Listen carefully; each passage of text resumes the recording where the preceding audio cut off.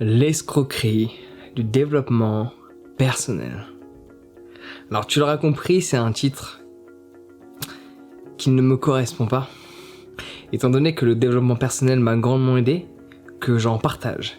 Mais c'est une personne dont je ne citerai pas le nom, mais tu peux très facilement retrouver cette personne-là, qui est née avec une cuillère d'argent dans la bouche, qui a les portes qui s'ouvrent de par le nom de famille qu'elle porte, de par ce que son grand-père a effectué dans le cinéma, qui est en train de dire que le développement personnel, c'est une escroquerie.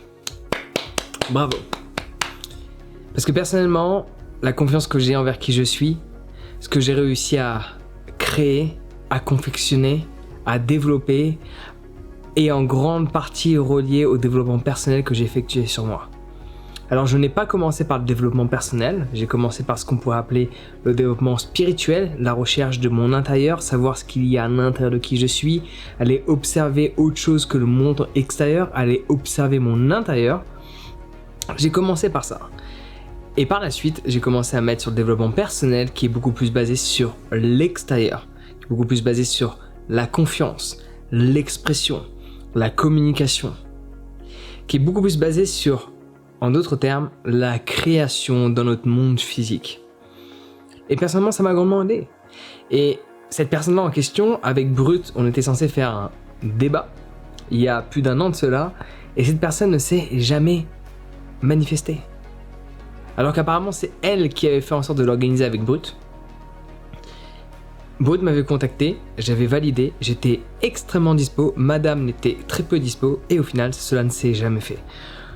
Quelle qu'en soit la raison, je n'en sais rien. En attendant, je trouve ça juste abusé. J'avais quand même envie de partager mon avis sur le sujet. Et dis-moi ton avis dans les commentaires si tu penses sincèrement que le développement personnel, ça t'a vraiment gâché la vie. Tu vois, ta vie elle est moins bien qu'avant. Dis-le dans les commentaires. Honnêtement, ça m'intéresse. Ça m'intéresse. Vraiment, si t'as appris que tu as des trucs de base, que le fait de sortir de ta zone de confort, le fait de ne pas se préoccuper du regard des autres, le fait de ne pas se comparer aux autres, tous ces principes de base du développement personnel t'ont mis dans une situation où ta vie est encore plus pourrie aujourd'hui. Ça m'intrigue. Et tu vois, là où c'est intéressant, c'est que le développement spirituel, c'est la recherche de soi, avec un S majuscule. Le développement... j'ai bugué là, je crois, non ? Le développement spirituel, c'est la recherche de soi, spirituel. Le développement personnel, c'est la création, c'est l'extension de soi dans le monde physique. Ce serait ma manière de le définir. Outre que développement spirituel accepte ce qui est, si tu peux pas le changer, et développement personnel change ce qui te convient pas, que tu peux changer. Ce serait une manière de l'exprimer. Et venant d'où je viens, avoir déménagé je ne sais pas combien de fois durant mon enfance, changé d'école plein de fois, avoir vécu dans différentes cités ou logements, je sais pas comment on pourrait définir ça, et parfois c'était pas des cités, mais bon, c'était plus ou moins la même chose, quoi. Ayant, voilà, vécu pas mal de choses comme ça, en fait, de l'âge de 7 ans à l'âge de 14 ans, j'étais dans le 19e arrondissement de Paris, on a déménagé 7 fois avec ma mère, et de l'âge de 14 ans à mes 18 ans, je déménageais juste 2 fois, mais voilà, c'était toujours dans des environnements dit de basse classe. C'est comme ça qu'on le définit aujourd'hui. Et le développement personnel m'a permis de me remettre en question, de changer mes croyances, de changer la perception que j'ai du monde. Parce que le développement spirituel m'a permis juste de reconnaître ce qu'il y avait à l'intérieur de moi, reconnaître d'une certaine manière, même si je préfère éviter d'employer tous ces mots que les gens mentalisent dans la spiritualité d'aujourd'hui. Chose que mentaliser au niveau de la spiritualité, c'est l'opposé de ce qu'on recherche. Ce qu'on recherche, c'est la présence, la libération de chaque image mentale et non pas sa confection. Contrairement au développement personnel, où là, on cherche à confectionner des images pour se projeter dans l'avenir afin de créer cet avenir. C'est pour ça qu'il y a une vraie différence entre les deux. Moi, j'ai toujours été plus attaché au développement spirituel parce que c'est le fait d'être plongé à l'intérieur de soi, peu importe l'environnement dans lequel on est, que ça soit calme, que ce soit bruyant, que ce soit beau, que ce soit moche, on peut trouver sa redemption, on peut trouver sa liberté à l'intérieur de soi. Pour moi, c'est la base, c'est les fondations, c'est les piliers de qui l'on est, aller à l'intérieur de soi. Mais plus j'ai été dans cette dynamique par la suite, une fois que je me sentais bien, de vouloir confectionner une vie sur mesure, parce que être heureux ne dépend pas du développement personnel. Être heureux dépend de la recherche de soi, de se connaître, d'être aligné avec qui l'on est, de savoir déconnecter ses pensées. Ça, c'est être heureux. Ça nous permet d'être heureux. Mais si on veut modéliser, confectionner, mettre sur mesure notre existence, telle qu'on peut l'imaginer à travers des images mentales du coup, le développement personnel m'a grandement aidé. De passer de vivre au 8e, 10e, 12e, 3e étage, dans tous ces grands buildings dans lesquels j'ai pu vivre, à développer un centre de yoga, voyager dans 32 pays, vivre la vie que je rêve, être au sein de deux communautés différentes dans 2 pays différents, avoir plein de gens que j'aime, plein de gens qui m'aiment, à mes côtés, des gens proches. Ça, c'est grâce au développement spirituel. Ouais, forcément, c'est relié, parce que ton intérieur confectionne ton extérieur, mais ça n'empêche pas que le développement personnel m'a grandement aidé à modéliser cette vie externe que j'ai. Mais quand tu nais dans une famille riche, alors je n'ai rien contre les gens qui naissent dans une famille riche. Moi, j'aimerais bien que mon enfant naisse dans une famille riche. C'est un peu le but aussi, tu vois. Le but, c'est que mes enfants naissent dans une famille aisée. Ils auront peut-être une cuillère d'argent dans la bouche, mais je les ferai courir dans la terre. Et manger de la terre. Pour les endurcir un peu. Parce que la vie, elle est dure. Les vies peuvent être dures par moments. Parce que la plupart des hommes la compliquent. Elle est très simple quand tu te détaches de tout ce qu'il se passe. Pour rester concentré sur toi. Donc c'est là où on revient au cœur du développement spirituel. Donc le développement personnel te permet d'aller modéliser, mais de temps en temps, repasser dans le développement spirituel te permet de te détacher de plein de choses qui peuvent être désagréables, qui ne sont pas sous ton contrôle. Quand tu peux contrôler, le développement personnel te permet de changer. Quand tu ne peux pas contrôler, le développement personnel ne va pas être utile.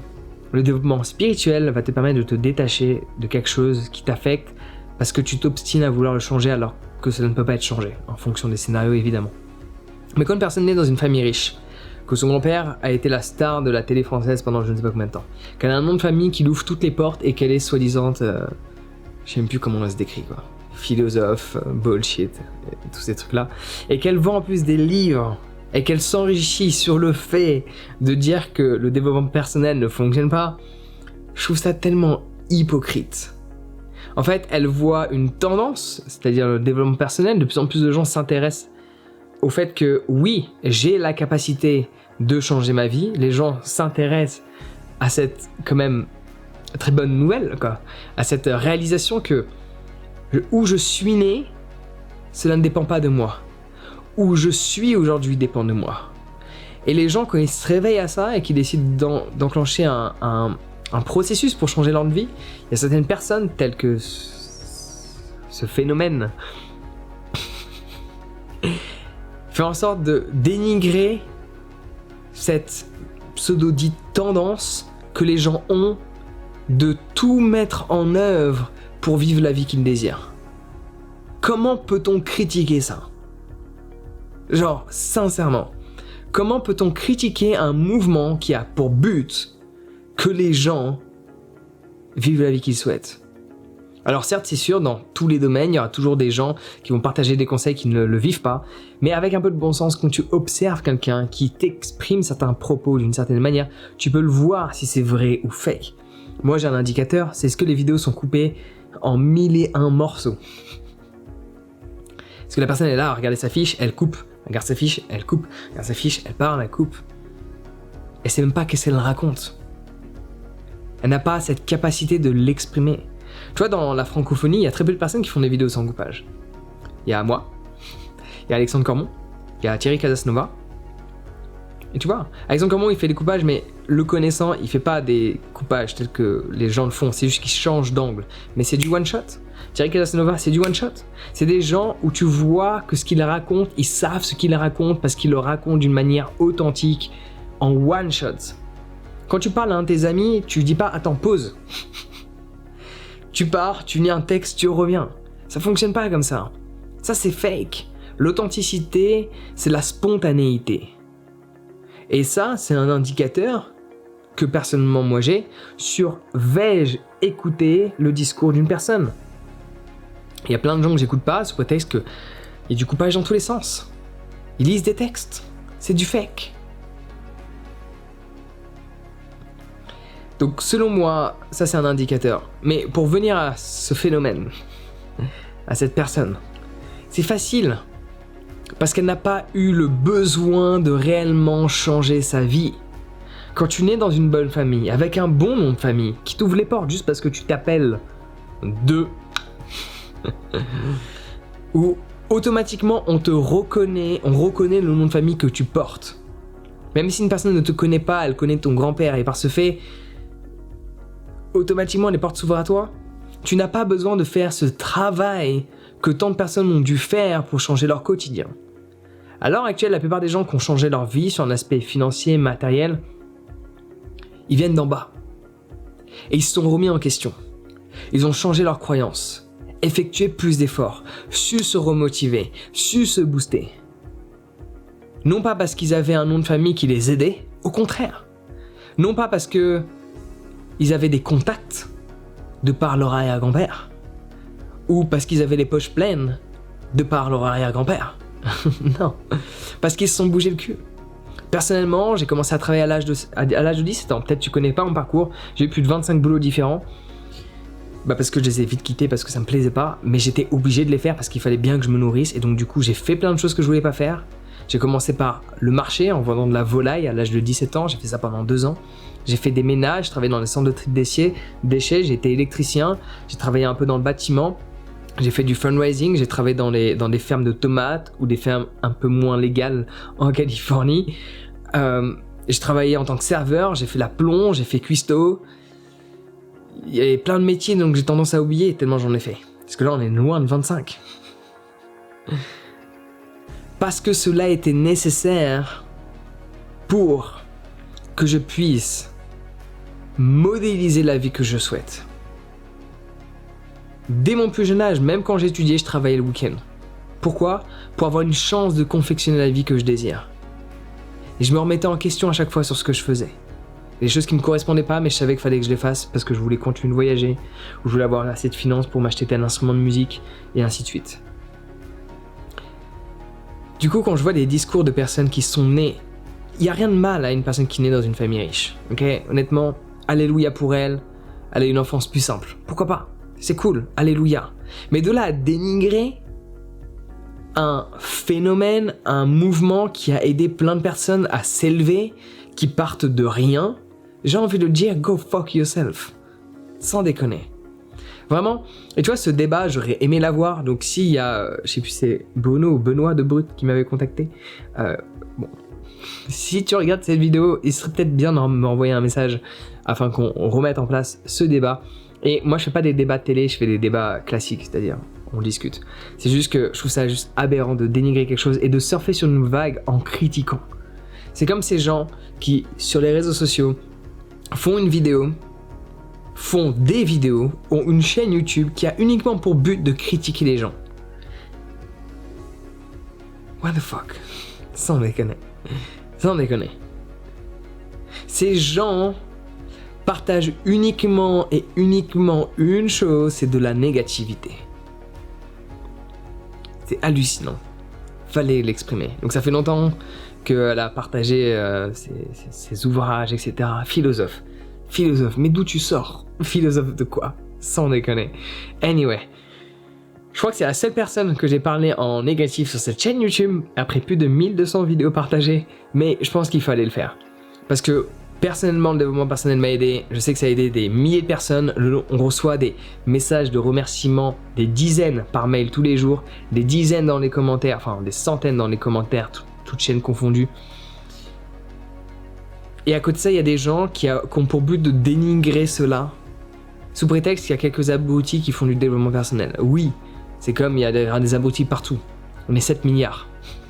Évidemment, ça semble logique. Dans chaque domaine, il y aura toujours des charlatans, arnaqueurs, menteurs, manipuleurs. C'est une évidence. On est 7 milliards. Tu crois qu'il y a 7 milliards de gens super gentils ? On a tous ce qu'on appelle the dark night of the soul. On a tous ce qu'on pourrait appeler une sorte de partie noire à l'intérieur de nous. Il y a plein de gens, ils ne l'ont pas accepté. Ils vivent dedans parce qu'ils s'en sont jamais échappés. Il y a plein de gens qui vivent dans un monde de bisounours parce qu'ils n'ont jamais voulu découvrir cette noirceur qu'il y a en eux. Découvrir cette noirceur, là, c'est un travail spirituel qui va au-delà de l'aspect chanty de tout est beau, vivant dans un monde de bisounours. Ça va dans un aspect de je vais accepter ma noirceur, je vais l'embrasser sans pour autant l'utiliser parce que cela n'est pas nécessaire dans la vie que je vis en cet instant. Prendre conscience de son entièreté, de toutes ses polarités. Ça ne veut pas dire les exploiter, ça ne veut pas dire les utiliser, c'est juste en prendre conscience, savoir qu'elles sont là parce qu'elles peuvent être utiles à un moment donné. Tel que l'ego.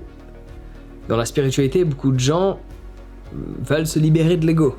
L'ego a une utilité, le but n'est pas de l'avoir présent chaque jour de l'année avec nous, mais il ne faut pas le supprimer, parce qu'il a son utilité, il a sa fonction. C'est comme si tu prenais un téléphone et sous prétexte que tu l'utilises pour de la musique, tu supprimes le téléphone lui-même, le fait d'appeler les gens. Sa fonction de base est d'appeler. C'est pas ça qu'il faut supprimer. Ce seraient des applications qui ne te servent à rien dans ton téléphone et non pas la fonction d'appeler. L'ego a une fonction de survie pour penser à toi. Donc il n'a pas fonction à être supprimé. Il a fonction à être utilisé dans des contextes bien définis. Enfin anyway, là j'avais envie de partager d'autres choses qui me venaient comme ça. C'est pas prévu. Ça s'appelle les joies du direct, sans être en direct, les joies de l'impro. De la spontanéité. Improviser dans le moment, c'est la spontanéité. C'est ce dont ce monde manque. Où il y a plus de gens, tu la connais, je sais, tu vas commencer à la connaître cette citation, mais il faut que je l'exprime un bon nombre de fois. Dans ce monde de gens superficiels qui parlent vivre sur des îles artificielles. Il faudrait que j'en trouve une par rapport à ces philosophes, nés dans une famille avec cuillère d'argent, qui s'enrichissent sur les critiques de choses qui ont aidé les gens. Bravo. Dis-moi ce que tu en as pensé dans les commentaires. Cela m'intéresse. Es-tu pour ou contre ces gens qui critiquent ? Alors, je ne suis pas contre un opinion différent. Au contraire, c'est pour ça que je suis ouvert à un débat. Le problème des médias de masse, d'une manière générale, c'est qu'on a toujours un opinion. Celui qu'ils veulent. Mais l'autre, on l'a pas. Donc je suis toujours ouvert à avoir deux opinions. Mais idéalement, c'est d'avoir deux opinions qui viennent du même endroit. Deux personnes qui ont utilisé le développement personnel. Les deux ont réussi à vivre la vie qu'elles rêvent en partant de rien. L'une est pour, l'autre est contre. Mais quand une personne est née avec une cuillère d'argent dans la bouche, avec un nom de famille qui lui ouvre toutes les portes, qu'elle critique quelque chose alors qu'elle a démarré en haut, alors que d'autres personnes ont utilisé ce même développement personnel pour partir du bas et aller vers le haut, l'avis déjà de base est faussé. C'est comme un religieux qui a un avis sur un conflit religieux. Automatiquement, d'une manière très générale, il porte son point de vue de par l'attachement qu'il a aux convictions qu'il a mis dans cette religion. L'avis est faussé. C'est comme s'il y a une personne, je sais pas, un boulanger, qui se met à m'expliquer comment les avions doivent fonctionner. Peut-être qu'il a des connaissances, mais je préfère qu'un pilote m'explique. Faut remettre les choses en contexte. Le développement personnel cherche à aider une personne à se développer. Quand une personne est déjà née en haut de la société, qu'est-ce qu'elle a à m'apprendre sur le développement personnel ? Nada. Rien. Ça doit être un fait. Elle peut avoir un avis, mais celui-ci n'est pas constructif. En attendant, je serai toujours ouvert à un débat. Ça m'intéresse toujours de rentrer dans la tête de certaines personnes, surtout quand elles pensent différemment que moi. C'est ce qui m'a permis d'en arriver là où je suis, et c'est ce qu'on appelle le développement personnel. Savoir ce qu'une autre personne pense. Même si elle pense différemment que moi, ça ne veut pas dire que je serai d'accord avec tout ce qu'elle dit, ça ne veut pas dire que je ne serai pas d'accord avec tout ce qu'elle dit. Il y a plein de choses auxquelles je peux trouver une raison ou une justification. Les meilleures discussions que j'ai eues dans ma vie personnellement, c'était avec des gens avec lesquels j'étais pas d'accord, mais qui avaient un avis constructif sur le sujet, qui savaient développer leur avis et qui avaient leur avis basé sur une réelle expérience personnelle et non pas un point de vue de quelque chose qu'ils n'ont jamais expérimenté. Voici my 2 cents. Voici ce que je voulais exprimer sur ce sujet de... Je sais plus c'est quoi le titre de la vidéo. De l'arnaque ou l'escroquerie du développement personnel. Dis-moi ce que tu en as pensé dans les commentaires, cela m'intéresse. N'hésite pas à partager de la positivité également. On en a besoin dans ce monde de positivité. Et si tu veux développer davantage ton développement personnel, oui, je peux t'aider parce que je suis passé par là. J'étais là et j'ai su m'élever grâce au développement personnel et je peux te partager les connaissances que j'ai dans ce domaine. Donc si tu veux booster la confiance que tu as envers tes propres capacités pour pouvoir effectuer des choses bien spécifiques, j'ai un guide qui est gratuit, le lien est dans la description. Sur ce, prends soin de toi et passe une excellente journée.